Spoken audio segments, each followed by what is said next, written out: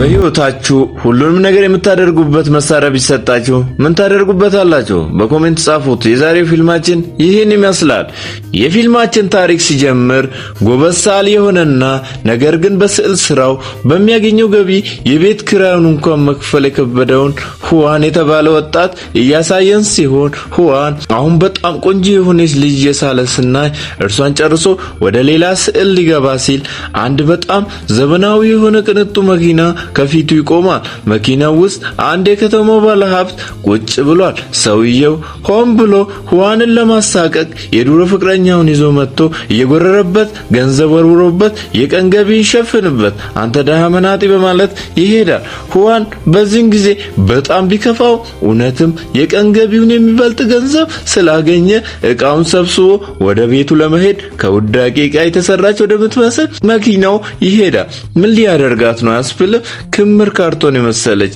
እስቲ ሁዋን ከመሄዱ በፊት ቤተሰቦች ደግነታችሁን አሳዩኝ። ቪዲዮውን ላይክ፣ ቻናሉ ሰብስክራይብ እያደረግን የዚህን ሰው መጨረሻ አንድ ላይ እኔ አሁን ሁዋን ወደ ሰፈሩ ደርሶ ስናይ ሰፈሩ በስዕል አውደ ርዕይ እና በጋላሪዎች የተሞላ መሆኑ እናያለን። እናም ጥበብ ከሰፈሩ ነው የጠራችው ያስብላል። እናም ይህ ስፍራ የሳሊዎች መፍለቂያ ምንጭ ስለመሆኑ ለመገንዘብ አይከብድም። አሁን ደግሞ ወደ ሰፈሩ ደርሶ አከራዩ ከኋላው ተከትሎት የቤት ኪራዩን ይጠይቀዋል። ሁዋንም ሰውየው ላይ ተናዶ ከባለሀብቱ የተወረወረለትን ገንዘብ ለአከራዩ አፍንጫው ላይ ሲወረውረው አከራዩ የገንዘብ መጠኑን አይቶ ይህ የአንድ ወር ብቻ ነው ይቀራል ሲለው ሁዋንም በኋላ እንደሚሰጠው ሲነግረው አከራዩን በምትኩ ገንዘብ ባይወረውርበትም የውሃ ሃይላንድ አንስቶ ሲወረውርበት ሁዋንም ውርወራውን ተከላክሎ በእግሩ ጨፍልቆ ወደ ፕላስቲክ ቆሻሻ ማስቀመጫ ያስገባዋል። ጎበዝ ሁዋን። እናም ሁዋን ይህን ኮዳ እየሰበሰበ ለቤት ኪራይ እንዲያግዘው በየወሩ ይሸጣል። ትዕይንቱ ሲቀጥል ሁዋን አንድ ሁል ጊዜ ምኞቱ ወደ ሆነው የስዕል አውደ ርዕይ ያመራል። አንድ ቀን እርሱም የስዕል ስራዎቹ እዚህ ይታዩለት ዘንድ የሁል ጊዜም ህልሙ ነበር። እናም ቀን በቀን ባለቤቱ ስፖንሰር እንዲያደርገው ይለምኗል። አሁንም ስፖንሰር እንዲሆነው ሁዋን ያለውን ገንዘብ ቢሰጠው ባለቤቱ ይስቅበትና ገንዘቡ ግድግዳው ላይ አንድ ስዕል እንኳን ለማከራየት እንደማይበቃው ይነግረዋል። ሁዋንም ሰውየውን እየተከተለ ወደ ላይ ወጥቶ ልመናውን ይቀጥላል። ሰውየው ምንም አይነት ጥበብ የለህም በማለት ያጣጥለዋል። ሁዋን ግን በጣም እንደተሻሻለ ነግሮት ለዚህ ምስክሬ ፍቅረኛ ቲያን ራሱ በጣም እንደተሻሻለ ሁሉ ጊዜም እየነገረችኝ ነው ይለዋል። የሚገርመው እኮ ፍቅረኛው ማየት የተሳናት ስትሆን ይህ ሰውዬ መንገድ አግኝቶ እየሳቀባት እንዴት አይነት ስውር ከሆነች ፍቅረኛው የስዕል አስተያየት እንደሚጠይቅ ይጠይቀዋል። በቀጣይም ወደ አንድ የድንች ስዕል ይጠቁመውና ይህን አሁን ሲመለከት የረሃብ ስሜት እንዲሰማው ያደርገዋል። ስዕሉ የዚህን ያህል ጉልበት ነበረው። አሁን ሁዋን ልቡ በጣም ይሰበራል። አሁን ደግሞ ፊልማችን የሁዋንን ፍቅረኛ ሲያስመለክተን እርሷም እየሰራች ያለችው የማሳጅ ስራ ቴራፒ ሲሆን እዚህም ስትሰራ በወንዶች ትንኮሳ ብዙውን ጊዜ ትቸገራለች። አንድ ቀን ግን ሁዋን ፍቅረኛው ስትተነኮስ በመድረስ ወንዶቹ ፍቅረኛው ላይ ያደረጉትን ድርጊት መቀመጫቸውን በመምታት በእነሱ ላይ በመድገም ስሜቱ እንዴት እንደሚያበሳጭ እዩ ሲላቸው እነዚህ ጥጋበኛ ሰዎችም በምላሹ እንዲጸጸቱ ቢጠብቅም እነሱ ግን አፍጥጠውበት ቅጥቅጥ አድርገውት ፊቱን የፍትፍት መብያሳን ያስመስሉታል። እሱም ለፍቅረኛው ተደብድቦ ከጨረሰ በኋላ እንደደበደባቸው ይነግራታል። አሁን ደግሞ ሁዋን ለፍቅረኛው የምትወደውን ጫማ ከገዛላት በኋላ ትንሽ የፍቅር ጊዜ ለማሳለፍ በማሰብ አብሮ መደነስ ሲጀምሩ ሁዋን ለቁስሉ በመጠንቀቅ እንዳይሳሳሙ ሲፈራ ቲያን ልትስሞ እየሄደችበት ደግነቱ በዚህ ሰዓት ቲያን ከቤቱ ውስጥ ድምጽ ትሰማለች። እናም ትኩሳቷ ይበርድና ከሁለቱ ውጪ ቤቱ ውስጥ ያለው ማን እንደሆነ ትጠይቀዋለች። እርሱም ከተከራየበት ቤት ተባሮ እርሱ ጋር ለመኖር የመጣው ጓደኛው ሜንግ እንደሆነ ይነግራታል። እናም በዚህ ቲያን ምቾት ስላልተሰማት ወዳው ለመሄድ ትወስናለች። አሁን ደግሞ ሁዋንና ጓደኛው አንድ ሁለት ለማለት ወደ ቴራዞ ያመራሉ። እዛም በጣም ከመጠጣታቸውና ከመስከራቸው የተነሳ እዛ ውጪ ላይ እንቅልፍ ይወስዳቸዋል። በዛው ሌሊት በተኙበት የኤሊያኖች ስፔስሺፕ በላያቸው ሲያልፍ ሁዋን በድንጋጤ ይነቃና ጓደኛውን ለመቀስቀስ ቢሞክርም እርሱ ግን ሊሰማው አልቻለም። ስፔስሺፑም እዛው ሰፈራቸው ላይ ይቆምና አንዲት ኤሊያን ከስፔስሺፑ ስትወርድ ይመለከታታል። ብዙም ሳይቆይ ሁለት ተጨማሪ ኤሊያኖች ይወርዳሉ ወደ ምድር።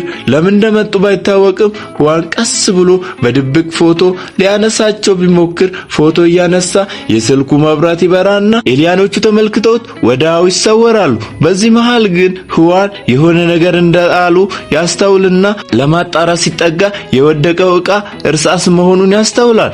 እናም ሁዋን ሳሊ በመሆኑ አንስቶት ወደ እንቅልፍ ይመለሳል። በቀጣዩ ጠዋትም የማታው ድንጋጤ አልለቀቀውም ነበርና ጓደኛው ሁኔታው ሲመለከት ምን ሆኖ እንደሆነ ይጠይቀዋል። ሁዋን ትላንት ማታ የተፈጠረውን ነገር በሙሉ መናገር ሲጀምር ጓደኛው ወሬውን እኩል አብሮት ይጨርሳል። ሁዋን ጓደኛው እንዳየው ሲጠይቅ ጓደኛው ግን ሁዋን ሌሊቱ ሙሉ በእንቅልፍ ልቡ ይሄንኑ እያወራ እንደነበር ይነግረዋል። ሁዋን ባያስታውሰውም ከመተኛቱ በፊት ራሱ 3 ኤሊያኖች ስሏቸዋል። ሁዋን ከዚህም በኋላ ወደ ተለመደው ስራው ሰዎችን ለመሳል ይወጣል። ስዕሉን በሚስልበት ወቅት ቀለሙ ያልቅበታል። መጠባበቂያ ቀለም ይፈልግም የሚፈልገውን ቀለም አይነት ያጣል። በቀጣይ ትላንት ከኤሊያኖቹ ያገኘውን እርሳስ ያገኛል። እናም ስዕሉን በእርሱ ለመጨረስ ይሞክራል። በመጀመሪያ ግን እርሳሱን ሌላ ወረቀት ላይ ይሞክራል። ይህቺ እርሳስ እንደ ሌሎቹ እርሳስ ትሁን ወይስ ምን ተአምር ይኖራት ይሁን? እስኪ የሚሆነውን ከማየታችን በፊት እጆቻችንን የደግነት ስራ እናሰራቸው። የኔ እጅ ግን ትርጉሙ ስራ ጽፎ ይህን ፊልም አቅርባላችኋለች እና ቤተሰቦች ላይክ ሰብስክራይብ እንዳይረሳ። ፊልማችን ሲቀጥልና እርሳሷን ሲሞክርባት የሳለው ስዕል ወደ ህይወት ይቀየራል። ተአምር ነው ዘመዴ። ሁዋንን የተፈጠረው ነገር በጣም አስገርሞት እርግጠኛ ለመሆን አሁንም ወረቀቱ ላይ አፕል ይስላል። በድጋሚ አፕሉ የሚበላ አፕል ሆኖ ወደ ህይወት ይመጣል። ሁዋንም በግርም አፕሉን ለማረጋገጥ ሲገምጠው የእውነትም የሚበላ አፕል ሆኖ ያገኘዋል። ሁዋንም አፕሉም በፍጥነት ወደ ኪሱ ከቶት ሮጦ ሄዶ የሆነውን ተአምር ሁሉ ለጓደኛው ያረዳዋል። እናም በዚህ ሳስ የሳለው ሁሉ ወደ ህይወት እንደሚመጣ ይነግረዋል። ነገር ግን ጓደኛው ይህን እንዴት ይመነው? እናም አሁን ጓደኛው ወርቅ ሳልና ትክክለኛው ወርቅ አግኝ ይለዋል። ሁዋንም እዛው ጓደኛውን ለማሳመን ወረቀቱ ላይ 24 ካራት ወርቅ ይስላል። ነገር ግን በአሁኑ የተሳለው ስዕል ወደ ወርቅ መቀየሩ ይቀርና ጓደኛው በንዴት ወረቀቱን በጫጭቆ ወደ ውጪ ይወረውራል። ድንገት ግን ከውጪ የሆነ ሰው ድምጽ ሰምተው ሲወጡ ቀዥቃዣው ነከራያቸውን ጭንቅላቱ ደምቶ ይመለከቱታል። እናም በዚህን ጊዜ የተወረወረው ወረቀት ወደ ህይወት ተቀይሮ ወርቅ ሆኗል። በዚህም በመጨረሻ የሁዋን ጓደኛ ያምነዋል። ወርቁንስ እያላችሁ ነው አይደል? ተውት፣ አከራዩ ወሰደው። እኔም ወርቅ ለምኑ እንደምትሉ እርግጠኛ ስለሆንኩኝ ነው። ሲኑ ሲቀጥል አሁንም ጓደኛው በጣም ትልቅ ወርቅ እንዲስል ይነግረዋል። አሁን ስዕሉ ወደ ትልቅ ወርቅ ይቀየራል። አሁን እየኖሩ ያሉት በጣም ጠባብ ቤት ውስጥ በመሆኑ ሁዋን አሁን ትልቅ የሆነ ቪላ ቤት ለመሳል ይወስናል እና ያደርገዋል። ቤቱ ከየት መጣ ሳይባል መሃል ከተማ ላይ ዱብ ይላል። የአካባቢው ሰዎች ተደናግጠው ለፖሊስ ያመለክቱና ፖሊሶቹ መጥተው ከ10 ደቂቃ በፊት እዛ ስለነበሩ በዚህ አጭር ደቂቃ ውስጥ የተፈጠረውን ማመን ቢያቅታቸው የሆነው ነገር የሚታይ ሆኖ ግራ ያጋባቸዋል። በቀጣይም ፖሊሶቹ የቤቱን በር ለመክፈት መታገል ሲጀምሩ ሁዋንና ጓደኛው ትልቅ ጥፋት እንዳጠፉ ይገነዘባሉ። ሁዋን ስዕሉን ለማጥፋት ቢሞክርም እውቀቱ አልነበረውም። በዛው ቅጽበት ግን ድብቅ የሆነ መጫኛ ያገኝና ከወረቀቱ ላይ ማጠፋፋት ሲጀምርና ሲጨርስ ቪላ ቤቱም በብርሃን ፍጥነት ከዛ ይሰወራል። አሁንም አካባቢው ላይ ያሉ ሰዎች አይናቸውን ማመን አልቻሉም ነበር። ወደ ቤት ከተመለሱ በኋላ ጓደኛው ገንዘብ ብቻ መሳል እንዳለባቸውና 200 ሚሊዮን ዩዋን እንዲሲል ይነግረዋል። አሁን ግን ጓደኛው ሜንክ በጣም ቸኩሎ ቁጥሩን ወረቀት ላይ ጽፎ ቁጥሩም ብር በመሆን ፋንታ የሚንቀሳቀስ ቁጥር ሆኖ ይታያቸዋል። አሁን ግን ጎበዙ ሰዓሊ ሁዋን በጥንቃቄ ጥርዝ ገንዘቦችን መሳል ይጀምራል።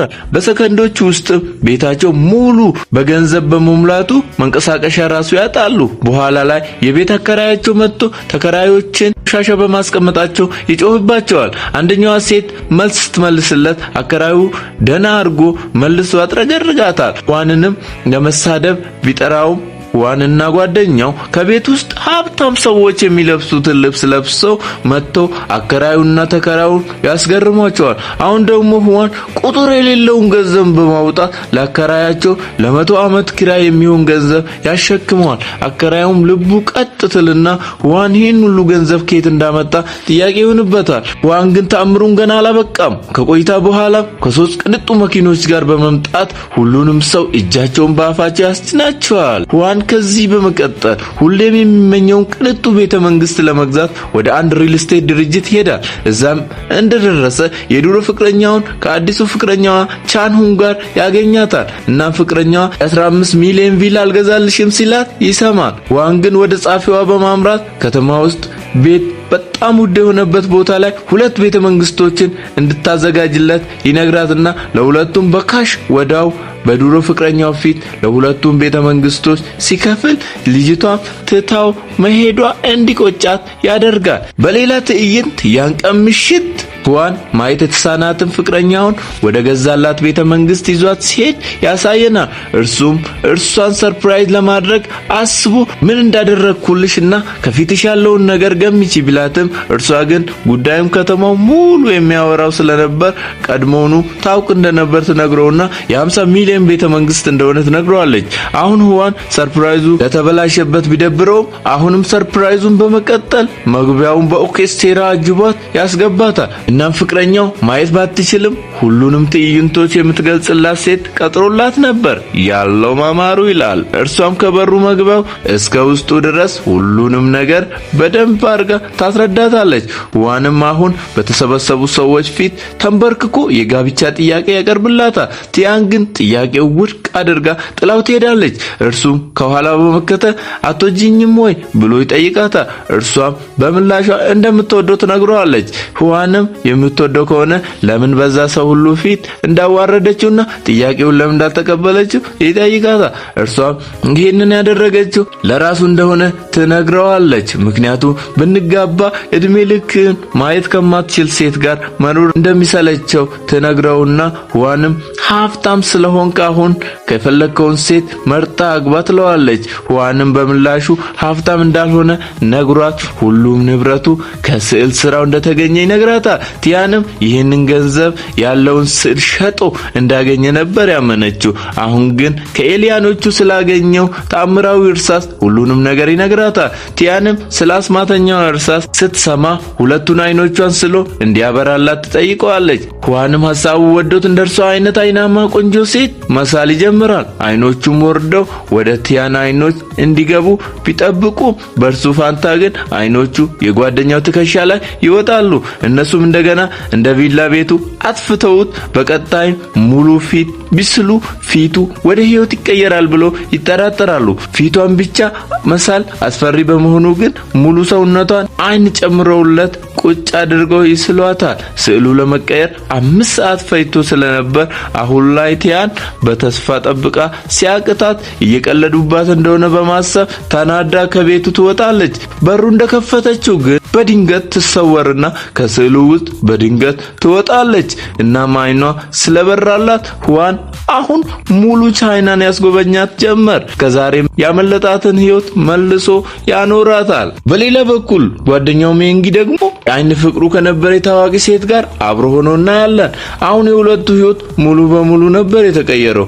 ዋንም በስተመጨረሻ ትልቅ የስዕል አውደ ርዕይ ላይ ስዕሉን ማስመልከት ችሎ ደሃ ያለ ማንም ትኩረት የማይሰጣቸው ስዕሎቹ አሁን ውድ በሆነ ዋጋ እየተገዙ እናያለን። ይሄ ሁሉ የሆነው ግን አሁን ባለሀብት ስለሆነ ሲሆን ሁሉም ሰው በስዕሉ ጥበብ እንደሆነ ያስብ ነበር። ነገር ግን አሁን አንድ ነገር ስንገነዘብ አስማተኛው በእርሳስ የሚስላቸውን ስዕሎች ወደ ህይወት የሚያመጣው ከራሱ ፈጥሮ አልነበረም። ለምሳሌ የቲያን አይኖች በበሩበት በተመሳሳይ ቀን ሰዓትና ሰከንድ አንዲት ታዋቂ ተዋናይ በፊልም ቀረጻ ላይ ባለችበት ወቅት እይታዋ ይጠፋል። እውነቱን ቫይራል በመውጣቱ ሰዎች ተዋናይዋ ምን እንዳጋጠማት ጥያቄ ሲያነሱ እናያለን። በስዕላቸው ያገኙትም ገንዘብ በተመሳሳይ መጠንና ሽግ ከባንክ ተሰውሯል። የደህንነት ካሜራዎች ገንዘቡ ሲሰወር ቀርጸዋል። ፖሊሶች ግን የሆነውን ነገር ለመረዳት ከአቅማቸው በላይ ሆነ። አሁን ደግሞ ቻኑን በጣም ይቀናና ስለ ህዋን ሀብት ማውጣት ማውረድ ይጀምራል። ስለ ባንኩ ዝርፊያ ሲሰማ መረጃዎችን ያገጣጥምና ለፖሊሶች በመደወል በአንድ ቀን ሀብታም የሆነ ሰው ይነግራቸዋል። ፖሊሶቹም ወዲያው ማጣራት ጀምረው ሁዋን በካሽ አፓርትመንቶች ሲገዛበት የነበረው የብር ኖት ከባንኩ የብር ኖት ጋር እንደሚመሳሰል ይደርሱበታል። ወዲያውም በአንድ ጨረታ ላይ ያሉ ሁለት ሲቪል የለበሱ ፖሊሶች ሊያስሯቸው ይመጣሉ። ሁዋንም የዋ ስለነበር ገንዘቡ ሰርቆ ሳይሆን ፍላጎታቸውን የሚያሟላ አስማት ብቻ እንዳለ ይናገራሉ። ነገር ግን አሁን ላይ ስለ ምስጢራዊ እርሳስ ምንም አላሉም። ነገር ግን ፖሊሶቹ የሚፈልጉትን ነገር ጠይቆ አሁኑኑ ሊያደርጉላቸው እንደሚችሉ ይነግሯቸዋል። እዚሁ ሊያፍኗቸው ነው አትሉም? ፖሊሶቹም ቶሎ ብለው ቀይ ፌራሪ እንዲያመጡላቸው ይጠይቋቸዋል። በነገራችን ላይ እናንተ እድሉን ብታገኙ ምንድነው የምትጠይቋቸው? እስኪ በኮሜንት አስቀምጡ። እኔም አስቀምጣለሁ። ያላችሁ ደግሞ አድርጉልን። ሁዋንና ጓደኛው ማጂካቸውን ሲሰሩ ማንም ሳያያቸው ጉዳዩን ይፈጽሙና ቀይ ፌራሪ መኪናዋ በድንገት ፖሊስ ጣቢያው ውስጥ ዱቅ ያደርጉላቸዋል። ፖሊሶችን ባዩት ነገር በጣም ይገረማሉ። እስካሁን ድረስ ግን ምንም የስርቆት ማስረጃ ባለማግኘታቸው ወዲያውኑ ከስር ይለቋቸዋል። ያን ምሽት የሆነ ሰው በራቸውን ያንኳኳና ፖሊሶች በድጋሚ መተው ነው ብለው ይጨነቃሉ። እናም ለመደበቅ ይሞክራሉ። ነገር ግን የመጣችው ለገንዘብና ለዝና ብላ ጥላው የሄደችው ፍቅረኛው ነበረች። ፍቅረኛዋ ቻንም በሁዋን ሀብት ምክንያት እንደደበደባት ትነግረዋለች። እዚህ የመጣችው ግን ያኔ ለገንዘብ ብላ ስለገፋችው ሁዋንን ይቅርታ ለመጠየቅ ነው። ፍቅረኛዋንም ፈታ ወደ ቤተሰቦቿ ልትሄድ እንደሆነ ትነግረዋለች። ሁዋን ግን ያኔ እርሱን ትታ በመሄዷ ምንም ጥፋት እንዳላጠፋች ይነግራታል። ምክንያቱም ያኔ ለእርሷ ቀርቶ ለራሱም ከማይሆን ልጅ ጋር መሆን ለእርሷ ከባድ እንደሚሆን ይነግራታል። በጊዜው አባቷ ታሞ ሆስፒታል ተኝቶ ነበር። እርሷን በገንዘብ የሚረዳት ሰው አስፈልጓት ስለነበር የአሁኑ ባሏ ቻንሁን የሰጣትም ያንን ነበር። እርሱም ምንም የጥፋተኝነት ስሜት እንዳይሰማት ነግሯት በጣም እየጠጣ ስለነበር በዛው ስለ ምስጢራዊ እርሳስ መዘላበድና ሙሉ በሙሉ ምስጢሩን ነግሯት ካለበትም ቦታ አንስቶ ያሳያታል። አቤት ኪሳር! የሚጠጡ ሰዎች አብዝታችሁ አጠጡም ብሎ ለዚህ ነው። አሁን ላይ ባለቤቷ ቻንሁን እርሷ ላይ ድብቅ ካሜራ ገጥሞ ስለነበር ሁዋን የተናገረውን በሙሉ ይሰማል። አሁን ስለ አስማቱ ምስጢር በሙሉ ያውቃል። በሌላ በኩል አንድ ፖሊስ የመኪና ኤክስፖ ላይ ስለተሰረቀው ቀይ ፌራሪ ሪፖርት እያነበበ እናያለን።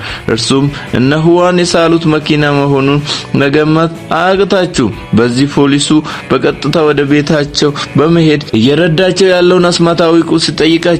ያልበለዚያ ግን እንደ ሌቦች እንደሚታዩ ይነግራቸዋል። ነገር ግን በእንደዚህ አይነት ማጂክ ላይ የተደነገገ ሕግ ባለመኖሩ እርሳሱን በሰላም ከሰጡ ምንም ክስ እንደማይቀርብባቸው ይነግራቸዋል። ሁዋን ግን ያለምንም ማመንታት ለፖሊሶቹ እርሳሱን ለመስጠት ፈቃደኛ ነበር። በሚያስደነግጥ ሁኔታ ግን የሆነ ሰው እርሳሱን አስቀድሞ ካስቀመጠበት ወስዶታል። የሰረቀው ደግሞ ቻንሁን ሲሆን እርሱም አስማተኛዋን እርሳስ ጥቅም ላይ ያዋላት ይገኛል።